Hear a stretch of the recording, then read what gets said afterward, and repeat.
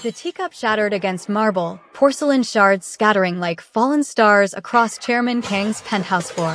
Chidinma Okonkwo froze, her 18-month-old son Ezen clutching her neck as the elderly man stared at them with eyes that had seen ghosts. "Those eyes," Chairman Kang whispered, his wrinkled hand trembling as he pointed at the baby. "Impossible. It can't be." She tightened her grip on Ezen, her nursing instincts screaming danger despite the luxury surrounding her. She'd flown halfway across the world for this job, desperate for the $75,000 that would save her sister's life. Now her new employer looked like he'd seen death itself. "Sir, please sit down. Your heart rate." The office door slammed open. She spun around and time stopped. The man who entered was beautiful in a way that seemed almost cruel.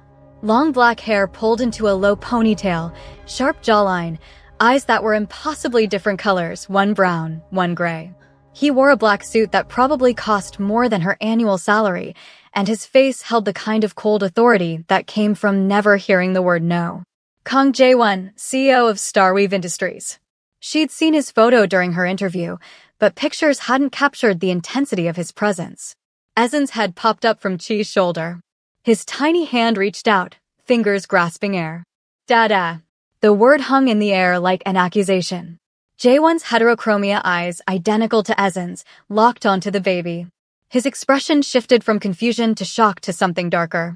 "Who are you?" His voice was ice. "And why is that child calling me father?" Chi's throat went dry. "I'm Chidinma Okonkwo, the nurse your grandfather hired. I don't know why he—" "You brought a child to a professional assignment?" Jaewon's gaze cut to Chairman Kang. "Grandfather, what is this?" The old man had gone pale, his breathing shallow. Chi's medical training overrode her fear. She thrust Ezen toward Jaewon without thinking. "Hold him." "I will not." "Your grandfather is having a cardiac episode." "Hold him." Jaewon's arms moved automatically, catching Ezen awkwardly as Chi rushed to Chairman Kang. She guided him to his chair, checking his pulse, her fingers flying to the medical bag she dropped when the teacup shattered. "Nitroglycerin, under your tongue, sir." "Don't fight me." Behind her, Ezen had gone quiet. She administered the medication, monitoring the chairman's breathing, acutely aware that her son was in the arms of a stranger who looked at him like he was a bomb about to detonate. "Breathe, Chairman Kang." Slow breaths. "That's it." The old man's color began returning. His eyes, still fixed on Ezen, filled with tears. "The Kang marker," he whispered. "My daughter had those eyes. My wife had those eyes. How is this possible?" Chi's blood turned to ice. She'd noticed Ezen's unusual eyes the day he was born, one brown like hers, one gray unlike anyone in her family. The doctors said it was heterochromia, rare but harmless. They'd never mentioned genetics or family markers. "I don't understand," she said carefully, still monitoring the chairman's pulse. Jaewon's voice came from behind her, deadly quiet. "Neither do I. But we're about to find out." "Mrs. Park." An older woman in a crisp suit appeared so quickly she must have been listening at the door. "Sir, clear my schedule. And call Lee Hanbin."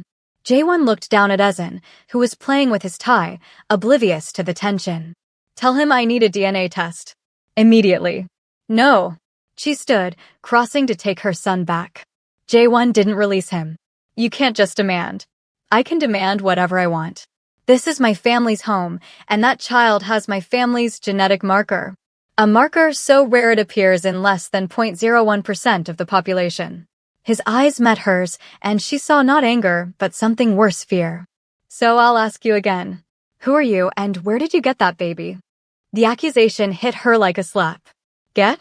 He's my son. I gave birth to him 19 months ago in Lagos General Hospital. I have the documents, the birth certificate, everything." "And the father?" Jaewon's voice could have frozen fire. Chi's silence was answer enough. "Miss Okonkwo." Chairman Kang's voice was stronger now, but still shaky.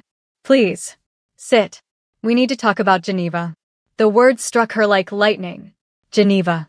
The medical conference 2 years ago. The night that had changed everything. The night she'd tried so hard to forget. "How do you know about Geneva?" Her voice was barely a whisper. The chairman gestured to his desk. A manila folder sat there, thick with papers. Because 3 months ago, when I was diagnosed with terminal cancer, I hired investigators to find my grandson's activities from the past 5 years. I wanted to know his life before I died. They found gaps, missing time, erased security footage from a hotel in Geneva 2 years and 3 months ago. The same hotel where you worked a nursing shift during a medical conference. She felt the room spinning. That was a coincidence. I was just. Room 1707, Chairman Kong continued. You filed a medical report. A guest found unconscious. You stayed with him until he stabilized. That guest was my grandson. Jaewon's arms tightened around Ezen. That's impossible. I would remember. Would you? The chairman's eyes were sad. Do you remember Geneva at all? Silence. I remember the conference, Jaewon said finally. The business summit. I remember the opening dinner. And then, nothing. I woke up in my hotel room the next afternoon with a splitting headache and blood on my shirt. My security team said I must have had too much to drink. You were drugged, she heard herself say. All three of them looked at her. She swallowed hard. I found you in the hallway. You were bleeding from a head wound. Disoriented. Speaking Korean. I got you to your room because I couldn't leave you there. I'm a nurse. It's what I do. And then, Jaewon's voice was dangerous. And then you collapsed. I stayed to monitor your vitals.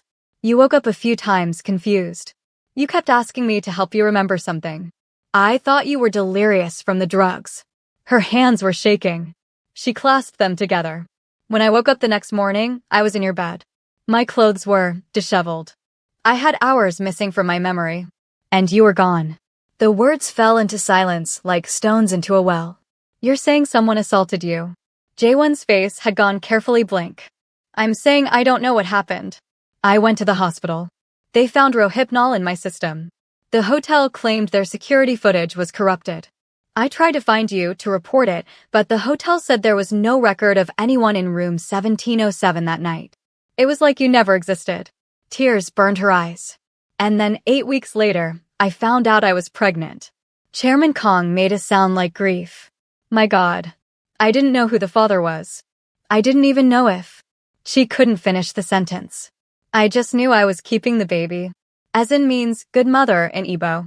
I named him that because I promised myself I would be good enough for both of us. Jaewon was staring at Ezen with an expression she couldn't read.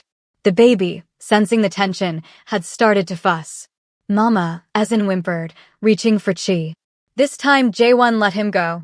She gathered her son close, breathing in his familiar baby scent, trying to ground herself in reality.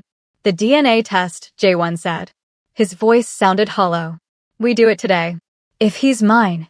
If he's yours, nothing changes, she said fiercely. He's my son. I raised him alone. I fed him, changed him, walked the floors with him when he was sick. You don't get to show up now and. If he's mine, everything changes. Jaewon's eyes met hers, and she saw something in them that looked like devastation. Because it means someone drugged us both. Someone staged a crime scene. Someone took away our choice, our consent, our memory of that night. And I need to know who. I need to know why. Min-suk, Chairman Kong said quietly. Jaewon's jaw clenched. My stepbrother. He's tried to destroy you before, the chairman continued. The scandals. The false paternity claims. Always trying to prove you're unfit to run Starweave. But this is different. Jaewon looked at Ezen again. This is real. She wanted to run. Wanted to grab her son and fly back to Lagos, away from these impossibly wealthy men and their family politics. But she thought of Adana in the hospital, growing weaker every day. Thought of the money she desperately needed. The DNA test, she said finally. Fine. We do it. But I need guarantees. Whatever the results, I keep custody. And I still get paid for the nursing position. You'll get paid, Chairman Kong assured her. And Miss Okonkwo, if that child is my great-grandson, you'll never have to worry about money again. I don't want your money, she said, even though it was a lie. I want my sister to live. That's why I'm here. The job posting said 75,000 for 3 months. That's what I need. Nothing more. Jaewon's phone buzzed. He glanced at it, then at his grandfather. Lee Hanbin is sending a DNA specialist to the penthouse within the hour. They'll take samples from all three of us. All three? She asked. You, me, and Ezen. We need to establish maternity as well as paternity. No offense, Miss Okonkwo, but given the circumstances, we verify everything. She wanted to be offended, but she understood. In a twisted way, she was relieved. At least this would prove Ezen was hers, even if everything else was chaos. Mrs. Park appeared again, hovering nervously. Sir, there are reporters outside. Someone tipped them off about a woman and child visiting the penthouse. Jae-won cursed in Korean. Min-suk works fast. What do we do? She asked, panic rising. Chairman Kang stood, steadier now. We control the narrative. Mrs. Park, prepare the guest suite. Miss Okonkwo and Ezen stay here until we have answers. No one sees them, no one photographs them. Understood. Yes, sir. And Jae-won. The old man's voice was gentle. Before we do the DNA test, there's something else you should see. He pulled out a worn photograph from his desk drawer. A young Korean man stood with a beautiful black woman, both smiling at the camera. Behind them, Table Mountain rose against a blue sky. Cape Town, 1962, Chairman Kang said softly. That's me. And that's Thandai. My wife. My real wife. Jae-won took the photograph with trembling fingers. She moved closer, Ezen balanced on her hip, and stared at the woman in the image. She had the same heterochromia eyes as the chairman, as Jae-won as Ezen. You never told me you were married before, Jae-won said quietly. Because my family forced me to abandon her. I was 23, sent to South Africa to establish business connections. I met Thandai at a hospital where she worked as a midwife. We fell in love in 3 weeks. Married in secret. Chairman Kang's voice cracked.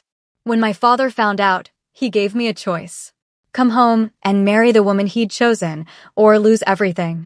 The company, the family name, my future. You chose the company, she whispered. I chose wrong. The old man's tears fell freely now. Thandai was pregnant. I didn't know until months after I returned to Seoul. By the time I tried to go back, she died in childbirth. My daughter grew up in an orphanage. I spent 40 years searching for her, but she'd been adopted, her name changed. I never found her. He pulled out another photo. A baby with heterochromia eyes, wrapped in a blanket. This was the only picture the orphanage had. My daughter. Your grandmother, Jae-won. The grandmother you never knew existed. Jae-won sat down heavily. My mother told me her mother died when she was young. She never mentioned. Your mother didn't know. My daughter was raised believing her parents were dead. When I finally traced her adoption records, she'd already passed away from early-onset Alzheimer's. She was only 42. Chairman Kang's voice broke completely. I lost everyone. Thandai, my daughter, and eventually your mother to the same disease. The heterochromia skips generations, but the Alzheimer's, that runs true. The room fell into heavy silence. She watched Jae-won's face cycle through emotions, shock, grief, understanding, and finally something that looked like terror. How long have you known? Jae-won asked. About the Alzheimer's being genetic? Since your mother's diagnosis 15 years ago. The doctors tested you then. You carry the markers. And you never told me. You were 17. I thought I was protecting you. Chairman Kang looked ancient suddenly. But you found out anyway, didn't you? That's why you never dated seriously. Why you never wanted children. You didn't want them to watch you forget them the way you watched your mother forget you. Chi's chest tightened. She looked at Jae-won with new eyes, seeing past the cold exterior to the scared man underneath. I'm 32, Jae-won said flatly. My mother started showing symptoms at 38. The doctors said I might have even less time because the genetics are stronger in me. Every day I forget small things. Names. Dates. Sometimes I stand in a room and can't remember why I'm there. He laughed bitterly. And now you're telling me I might have a son. A son who'll watch me disappear just like I watched my mother disappear. No, she said firmly. Both men looked at her. If Ezen is your son, he won't watch you disappear. He'll love you for every moment he has you. That's what children do. They don't love you because you're perfect or because you'll remember them forever. They love you because you're their parent. You don't understand. I understand perfectly. My sister Adana has Fanconi anemia. Rare blood disorder. She's had it since she was 6. I've spent 22 years watching her fight for every breath, every heartbeat. And you know what? I'd rather have 22 imperfect years with her than 0 perfect ones. Your son, if he is your son, deserves the same choice. Ezen chose that moment to reach for Jaewon again, babbling something that sounded like dada mixed with other baby nonsense. Jaewon stared at the child like he was a puzzle with missing pieces. He keeps doing that. Calling me that word. Children sense things, Chairman Kong said softly. Maybe on some level he knows. The doorbell chimed. Mrs. Park's voice came through the intercom. The DNA specialist has arrived, sir. The next 30 minutes passed in a clinical blur. The specialist, a severe woman named Dr. Yoon, swabbed the inside of Chi's cheek, then Ezen's, then Jaewon's. She worked with efficient silence, labeling samples, sealing them in sterile containers. Results in 48 hours, Dr. Yoon said. I'll call Mr. Lee directly. After she left, the silence in the penthouse felt suffocating. Ezen had fallen asleep against Chi's shoulder, exhausted from the stress he couldn't understand but could certainly feel. Mrs. Park will show you to your rooms, Chairman Kong said gently. Please rest. We'll talk more tomorrow. She followed Mrs. Park down a hallway that seemed to stretch forever, past artwork that probably cost more than her childhood home. The guest suite was larger than her entire apartment in Lagos, decorated in soft creams and golds. If you need anything, press 9 on the phone, Mrs. Park said. Her expression softened as she looked at sleeping Ezen. He's beautiful. Those eyes, they really are remarkable. After she left, she laid Ezen in the center of the massive bed, building a fortress of pillows around him. Then she collapsed into a chair and let herself cry. 2 years. She'd spent 2 years trying to forget Geneva, trying to build a life for herself and Ezen, trying to be strong. And now everything was unraveling. The man she'd thought might have assaulted her could be the man she'd actually talked to that night. The fragments of memory she dismissed as drug-induced hallucinations might be real. She remembered laughing. Remembered someone with a kind voice asking about her family. Remembered feeling safe, which made no sense given what came after. Her phone buzzed. A video call from Lagos. Adana. She wiped her eyes and answered. Her sister's face appeared, thinner than last week, dark circles under her eyes. Chi. How's Seoul? Is the job good? You look upset. What's wrong? Nothing, just tired from the flight. Chi forced a smile. How are you feeling? Don't change the subject. I know your upset face. Adana coughed, a wet sound that made Chi's nursing instinct scream. What happened? She wanted to lie, but she'd never been able to lie to Adana. The job is complicated. The patient's grandson thinks Ezen might be his son. Silence. Then Adana's eyes went wide. Wait. What? How? Did you know him? I don't know. Maybe? There was a night in Geneva 2 years ago. I was drugged, he was drugged, and I can't remember what happened. We're doing a DNA test. Oh my God, if he's the father, if he's rich, maybe he can help. Maybe he can pay for my treatment. No. Chi's voice was sharp. I'm not using our son to extort money from anyone. I took this job to earn the money properly. Whatever happens with the DNA test, we handle it with dignity. Chi, I'm dying. Dignity doesn't cure Fanconi anemia. You're not dying. Don't say that. Don't ever say that. Chi was crying again. The experimental treatment in Germany is working for other patients. We just need the money for the first round. After that, insurance might cover. Chi, Adana's voice was gentle. I'm tired. I'm so tired of fighting. If this man is Ezen's father, if he can help our family, please don't let pride stop you. Not for me. I have to go, Chi whispered. I'll call you tomorrow. I love you. Love you too, sister. Kiss my nephew for me. The call ended. She sat in the dark, watching Ezen sleep, wondering how her life had become so impossibly complicated.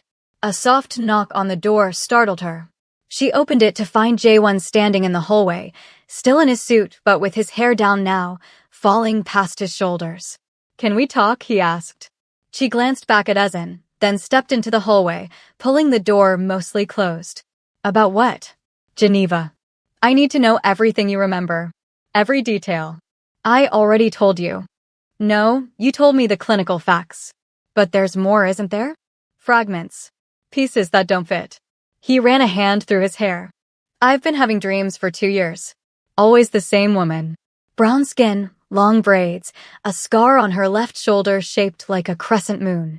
I thought I was going insane, that my mind was creating someone who didn't exist. But that scar, you have it. I saw it when you reached up to fix Ezen's collar earlier. Chi's hand automatically went to her shoulder, to the old burn scar from a childhood accident. Lots of people have scars. Not that exact shape. Not in my dreams every single night for 2 years. Jaewon's voice dropped. I've been drawing her. You. I have sketchbooks full of your face and I didn't even know who you were. That's impossible. Is it?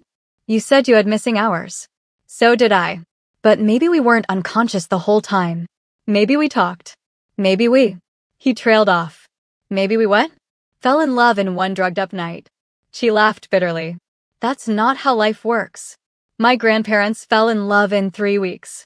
My mother used to tell me that story before she forgot it. Before she forgot everything. Jaewon leaned against the wall, looking suddenly exhausted. She told me once that real love isn't about time. It's about recognition. Seeing someone and knowing, on some level deeper than logic, that they matter. Stop. Chi's voice shook. Don't romanticize this. We were drugged. Violated. Whatever happened that night, it wasn't beautiful. It was a crime. I know. His eyes met hers. But Ezen isn't a crime. Whatever darkness brought him into this world, he's light. Pure light. And if he's mine, I need to protect him. From Min-suk. From the media. From everything. He's not yours to protect. Not until we know for sure. 48 hours, Jaewon said. And then what? If the DNA says he's mine, what happens? She had been avoiding that question. I don't know. I do. Jaewon's voice was quiet, but certain. My grandfather is dying. Terminal pancreatic cancer. 6 months, maybe less. And he's changed his will. I found out tonight. Everything goes to whoever provides him with a legitimate great-grandchild and proves they can build a stable family. That's insane. That's desperate. He lost Thandai. He lost his daughter. He lost my mother. He sees Ezen as his last chance at redemption, at having family that survives him. Jaewon looked at her directly. If the DNA test is positive, he's going to pressure us to get married. Chi's laugh was sharp. Married? We don't even know each other. Exactly. Which is why I'm telling you now, before the results come back. If you want to run, if you want to take Ezen and disappear, I'll give you money. Enough for your sister's treatment, enough to start over somewhere safe. No strings attached. Why would you do that? Because you deserve a choice. We didn't have one in Geneva. But we have one now. She stared at him, searching for the trap, the angle, the manipulation. But Jaewon's face showed only exhaustion and something that looked like genuine regret. How much do you know about my sister? She asked carefully. Everything. My grandfather's investigators are thorough. Adana Okonkwo, age 26, diagnosed with Fanconi anemia at 6 years old. Multiple failed treatments. Current prognosis without intervention is 18 months, maybe 2 years. There's an experimental treatment in Munich that's showing promise, but it costs $200,000 for the initial protocol. Chi's hands clenched into fists. You had no right to dig into our lives. I had every right once you walked into my family's home with a child who might be my son. Jaewon's voice was firm but not unkind. But I'm not telling you this to hurt you. I'm telling you so you understand what's at stake. My grandfather will use your sister as leverage. He'll offer to pay for everything if you marry me, stay married for a year, give him the family legacy he's desperate for before he dies. And you're warning me about this, why? What do you get out of it? Peace of mind. I don't want a wife who's trapped. I don't want Ezen growing up watching his parents hate each other. Jaewon pulled something from his pocket, a business card. This is my private account. If you decide to run, call that number. I'll transfer $500,000. Enough for Adana's treatment and enough for you to build a life somewhere Min-suk can't find you. She took the card with shaking hands. This is insane. Why would you just give me $500,000? Because if Ezen is my son, he deserves a mother who chose to stay, not one who was bought. And if he's not my son, Jaewon's voice cracked slightly, then maybe helping you is the one good thing I can do before my mind starts eating itself. Before Chi could respond, an alarm blared through the penthouse. Red emergency lights flooded the hallway. What's happening? She yanked her door open, racing to Ezen, who'd woken up screaming. Jae-won was already on his phone, barking orders in Korean. Mrs. Park appeared, her usual composure shattered. "Sir, it's the chairman. He's collapsed. The paramedics are on their way." She didn't think. She grabbed her medical bag and ran toward the chairman's quarters, Ezen crying in her arms. She found the old man on the floor, chest heaving, lips turning blue. "Cardiac arrest," she said, dropping to her knees. She thrust Ezen toward Mrs. Park. "Take him. Now." Her hands moved automatically. Chest compressions. Checking airways. She'd done this 100 times in Lagos General, but never in a billionaire's bedroom with guards hovering and the patient's grandson watching with terrified eyes.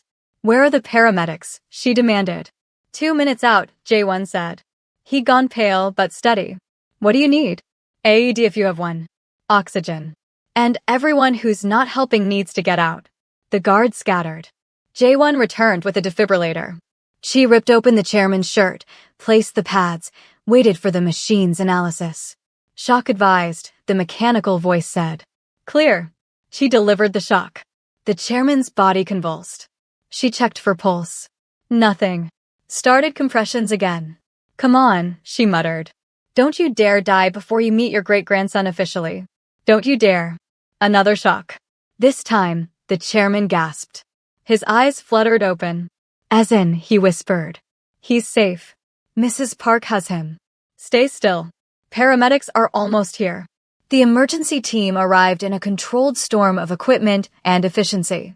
They loaded Chairman Kong onto a stretcher, and she rattled off his vitals, medication history, everything she'd learned from his medical files. "You're good," one of the paramedics said to her in English. "Nurse?" "Yes. I'm his private care provider. You saved his life." Another minute, and we'd be having a different conversation. They rushed him out. Jae-won moved to follow, then stopped, looking back at Chi. She was still on the floor, hands covered in the chairman's blood from where he'd hit his head falling, adrenaline making her shake. "Come with me," Jae-won said. "To the hospital. I need to stay with Ezen. Mrs. Park will watch him.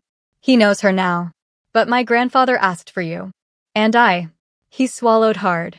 "I don't want to do this alone." Something in his voice, raw and young, made Chi nod. She cleaned up quickly, changed her shirt, kissed a calmer Ezen who Mrs. Park was distracting with toys, and followed Jae-won to the private garage. The drive to Seoul Medical Center was silent except for Jae-won's hands drumming against the steering wheel, a nervous tell that made him seem more human. "He's going to be okay," she said finally. "His heart is strong for his age." The collapse was likely stress-induced. Stress from finding out his grandson might have a secret child. Stress I caused. Stress from a lifetime of regret and loss. "Don't put this on yourself." Jae-won's laugh was bitter. "Everything in my family comes back to choices we didn't make and people we didn't protect. My grandfather abandoned Thandai.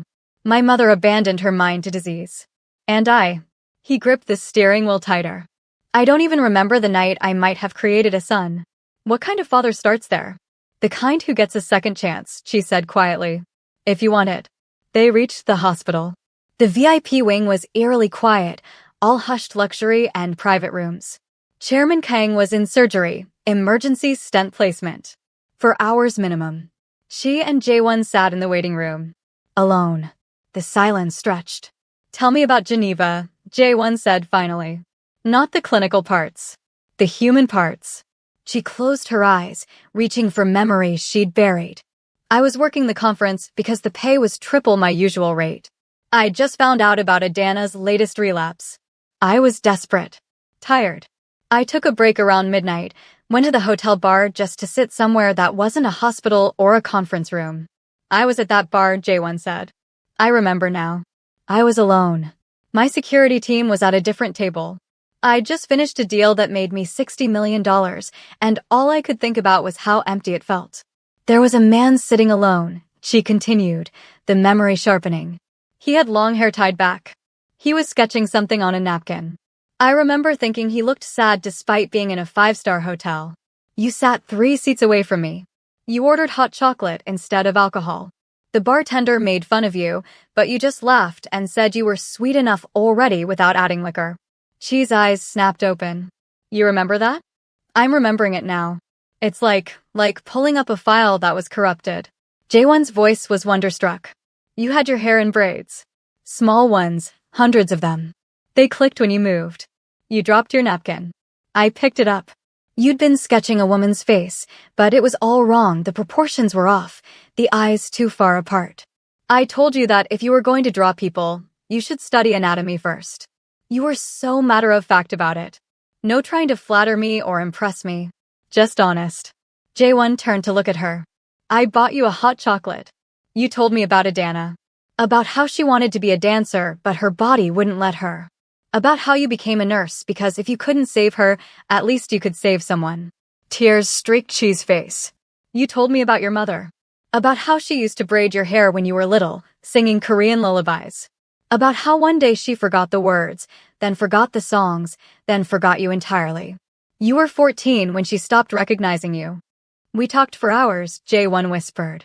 I remember thinking I'd never met anyone who understood. Everyone in my world wants something, money, connections, status. But you just wanted your sister to dance again. It was so pure it hurt. We were going to have breakfast the next morning. You wrote your room number on another napkin. 1707. You said to meet you at 9. What happened? When did the drugs? I don't know. 1 minute we were talking, laughing. The next minute everything went fuzzy. You stood up, said you felt strange. You took 2 steps and collapsed. I caught you before you hit the ground. Chi's voice shook. I should have called an ambulance immediately. But you were mumbling about not trusting anyone, about your brother trying to destroy you. You begged me not to call anyone. So I got you to your room instead. And someone was waiting, Jaewon said grimly. Someone who drugged us both. Minsuk's people. I remember hands grabbing me. A cloth over my face. Chemical smell. Then nothing until I woke up in your bed, alone, violated, and terrified. She wiped her eyes. I went to the police. They said without footage, without witnesses, it was he said she said. Except there was no he because you were gone. The hotel had no record of your stay. It was like you'd been erased. Minsuk is thorough. He's been trying to destroy my reputation for years. Fake scandals, false accusations, planted stories. Jaewon's jaw clenched. But this is different. This time he didn't just try to ruin me. He hurt you. And if Ezen is mine, he's responsible for a child being conceived through. Don't. Chi's voice was sharp. Don't say it was assault. We don't know what happened in those missing hours. Maybe it was consensual before the drugs fully kicked in.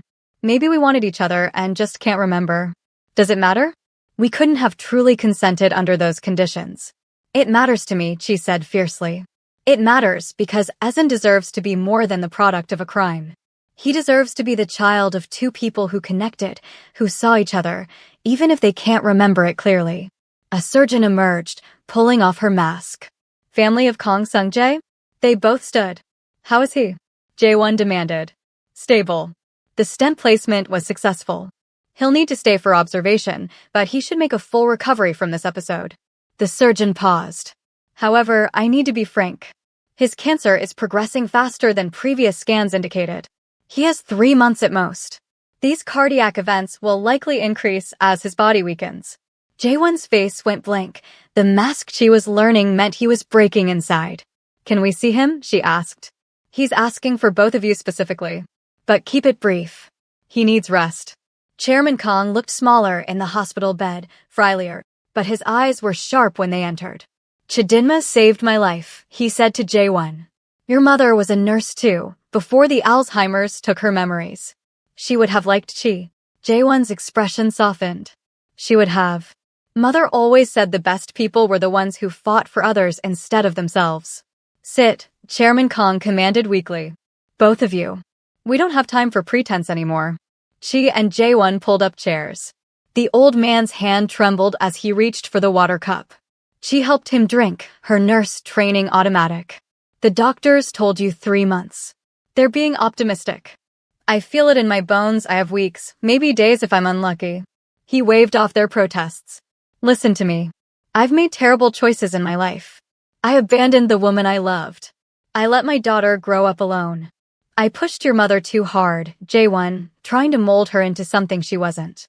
And when she got sick, I threw money at the problem instead of just being present. Grandfather. I'm not finished. I brought Chi here for a reason beyond nursing care. When I saw Ezen's eyes in the photographs my investigator showed me, I knew. That child is my blood. My redemption. My last chance to do something right. He looked at Chi. The DNA results won't tell us anything I don't already know in my heart. But I need you both to hear this before they arrive. He pressed a button and a screen descended from the ceiling. A video began playing, security footage, grainy but clear enough. Geneva. The hotel bar. She watched herself sit down, watched J1 glance at her, watched them begin talking. The timestamp showed them laughing, leaning closer, completely absorbed in conversation. Where did you get this? J1 demanded. I paid very well for very illegal recovery services. Watch. The footage jumped forward. Showed J1 standing, stumbling. She catching him. But there, in the background, two men watching. One made a phone call. 5 minutes later, a third man approached the bar, slipped something into Chi's abandoned hot chocolate. They drugged you separately, Chairman Kong said. J1 first, with something fast-acting. You second, Chi, with something slower. They wanted you conscious long enough to get J1 to his room, then they planned to stage photographs. Blackmail material. The footage showed Chi helping J1 into the elevator. The two men following. Then the screen went dark. The hallway footage was corrupted beyond recovery. But I found this. Another clip. A different angle. A service corridor. The same two men leaving room 1707 carrying an unconscious Chi. They dumped her back in J1's bed, arranged the scene, then left. They assaulted us and made it look like we'd assaulted each other, Chi whispered, horror washing over her. No. Chairman Kang's voice was firm. They staged a scene. But look at this.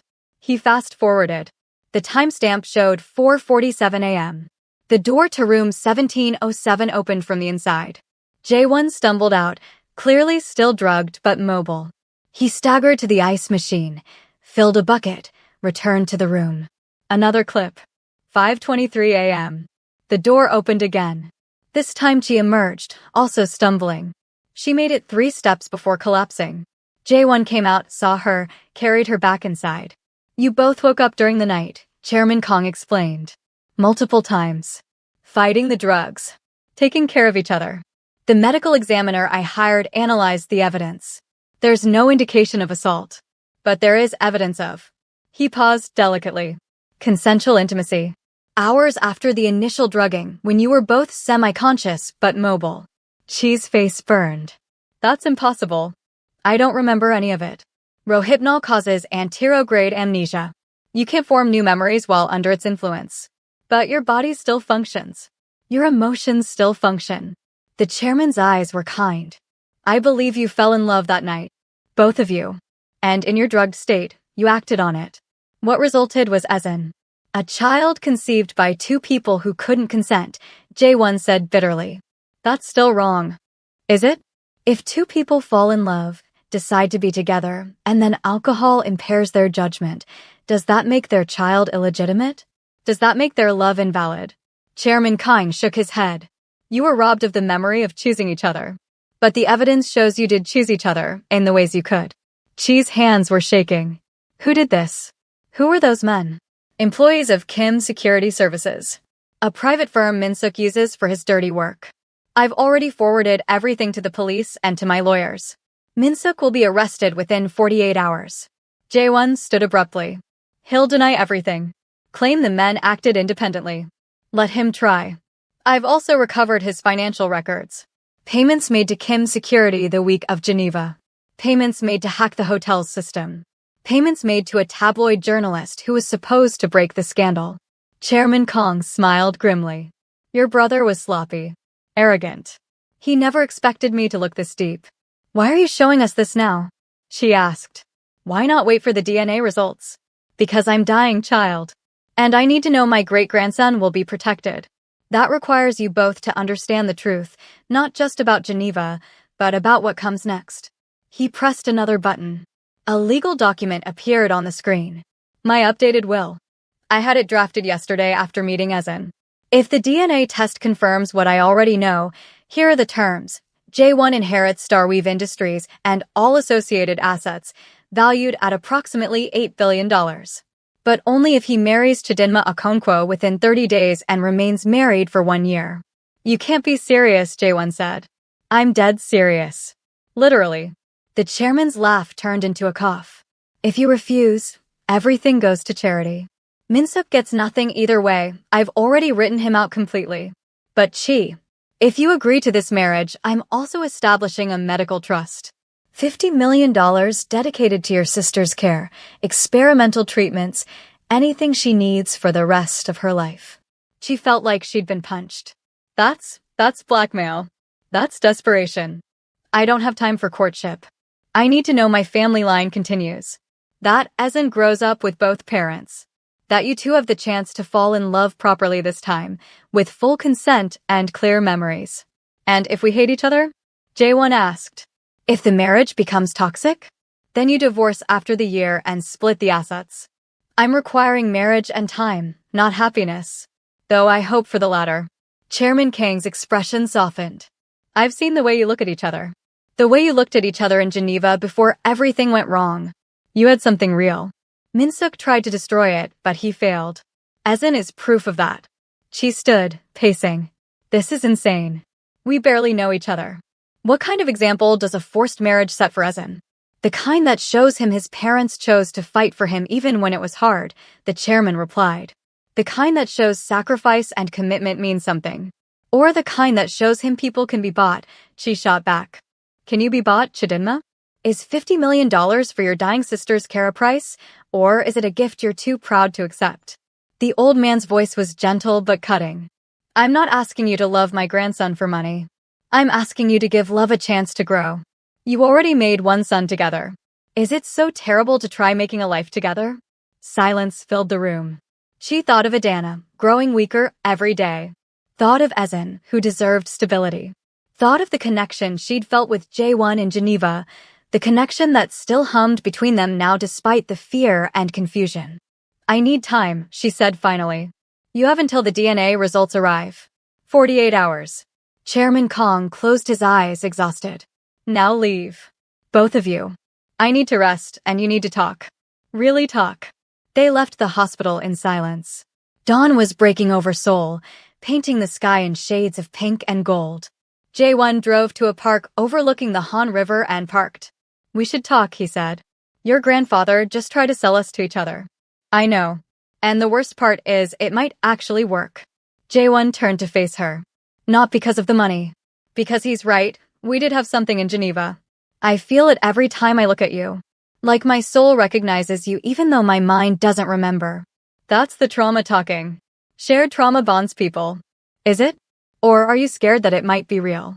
Jae-won reached out slowly, giving her time to pull away. When she didn't, he touched her hand. I have Alzheimer's markers. In 5 years, maybe less, I'll start forgetting. In 10 years, I might not know my own name. Marrying me means signing up to watch me disappear. And I have a sister who might die within 2 years without treatment. A son who might grow up without his aunt. Marrying you means accepting help I'm not sure I deserve. She turned her hand over, lacing her fingers through his. We're both broken people, Jae-won. Maybe that's the point. What do you mean? Your grandfather said we should fall in love properly this time. But what if we don't? What if we just become partners? Co-parents? Friends? Chi's voice strengthened. I don't need romance. I need security for Ezen. I need Adana to live. If a contract marriage provides that, if it also protects you from Min-suk's schemes and gives your grandfather peace before he dies, maybe that's enough. It's not enough for me. Jae-won's voice was quiet but intense. I don't want a business arrangement. I don't want separate bedrooms and polite distance. If we do this, if we get married, I want the chance at something real. Even if it's temporary because my mind won't last. Even if it's complicated because of how Ezen was conceived. I want to try. Chi searched his face. Saw sincerity there, and fear and hope. What if I can't love you? What if the memory of Geneva is too tainted? Then we'll make new memories. Better ones. We'll have a year, maybe that's enough time to fall in love. Maybe it's not. But at least we'll know we tried. He squeezed her hand. I'm not asking you to decide now. I'm asking you to consider it. Really consider it. I will. Chi's phone buzzed. A text from Mrs. Park with a photo attached. Esin asleep in a crib that probably cost more than Chi's yearly salary, clutching a stuffed tiger. Jaewon looked at the photo over her shoulder. His expression went soft in a way that transformed his face. "He's beautiful," Jaewon whispered. "If he's mine, I want to be the father he deserves. Not perfect, not whole, but present. For as long as my mind lets me be." "Then let's wait for the DNA results," she said. "And if they confirm what we both already suspect, we'll talk. Really talk. About marriage, about Esin, about all of it. Deal." They sat in comfortable silence, watching the sun rise over Seoul, two broken people holding hands and hoping that maybe, just maybe, their pieces could fit together. 47 hours until the DNA results. 47 hours until everything changed. She closed her eyes and prayed she was making the right choice for Esin, for Adana, for herself. And maybe, just maybe, for the man beside her who'd loved her once in Geneva and was willing to try loving her again in Seoul. The story was far from over. In fact, it was just beginning. But for now, in this moment, watching dawn break over a foreign city with her son's possible father beside her, she let herself hope. Hope that broken things could be mended. Hope that forgotten love could be remembered. Hope that even in the darkest circumstances, light could find a way through. And somewhere in a hospital room, Chairman Kang smiled in his sleep, dreaming of Thandai and second chances, knowing that perhaps, finally, his family might find the happiness that had eluded him for so long. If you've made it this far, you're part of something special. Drop a comment below telling us what you think will happen when the DNA results arrive. Will Chi and Jaewon choose love or logic? And don't forget to subscribe because part 2 is coming, and trust us, you won't want to miss what happens when Min-suk makes his move. Hit that like button if this story grabbed your heart, and share it with someone who loves Korean dramas with a twist. We'll see you in the next chapter of this beautiful, complicated love story.